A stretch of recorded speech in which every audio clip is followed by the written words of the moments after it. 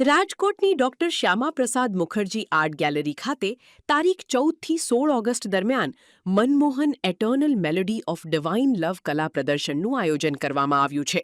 આ પ્રદર્શનમાં ગુજરાતભરના 180થી વધુ કલાકારોની શ્રીકૃષ્ણના વિવિધ સ્વરૂપો અને લીલાઓને દર્શાવતી કલાકૃતિઓ આકર્ષણનું કેન્દ્ર બનશે. આકૃતિ આર્ટ ગ્રુપ દ્વારા યોજાયેલા આ કાર્યક્રમમાં બાળકો માટે રાધાકૃષ્ણ ફેન્સી ડ્રેસ સ્પર્ધાનું પણ વિશેષ આયોજન કરાયું છે.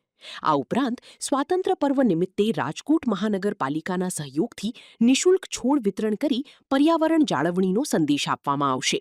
સવારે 9થી રાત્રે 9 વાગ્યા સુધી ચાલનારા આ પ્રદર્શનનો કલા રસિકોએ લાભ લેવા અનુરોધ કરાયો છે. આકૃતિ આર્ટ ગ્રુપના સભ્યોએ અબ તક મીડિયાની મુલાકાત લઈ વિશેષ માહિતી આપી હતી. હેલો, મારું નામ છે આરતી બાવીશી. મારા આકૃતિ આર્ટ ગ્રુપની ટીમ સાથે હું આવેલી છું તમને લોકોને બધાને આમંત્રણ આપવા માટે.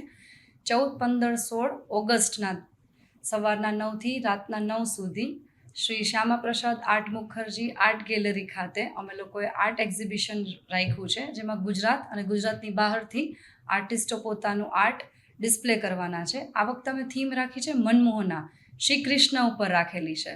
તો કૃષ્ણને સાથે રાખીને અમે લોકો એક્ઝિબિશન કરીએ છીએ અને 14, 15, 16 3 દિવસ આરએમસી સાથે રાખીને અમે લોકોએ પ્લાન્ટનું વિતરણ કરેલું છે ફ્રીમાં. તો એ 3 દિવસ રહેશે. 15 તારીખે સાંજે અમે લોકોએ 14 વર્ષ સુધીના બોયઝ અને ગર્લ્સ માટે શ્રી રાધાજી અને શ્રી કૃષ્ણજીની ફેન્સી ડ્રેસ કોમ્પિટિશન રાખેલી છે, જેમાં એકને અમે લોકો સન્માન આપશું અને એમને વિનર બનાવશું એક પર્સનને. તો પ્લીઝ ખાસ તમને લોકોને આમંત્રણ છે, પ્લીઝ પધારજો. Thank you.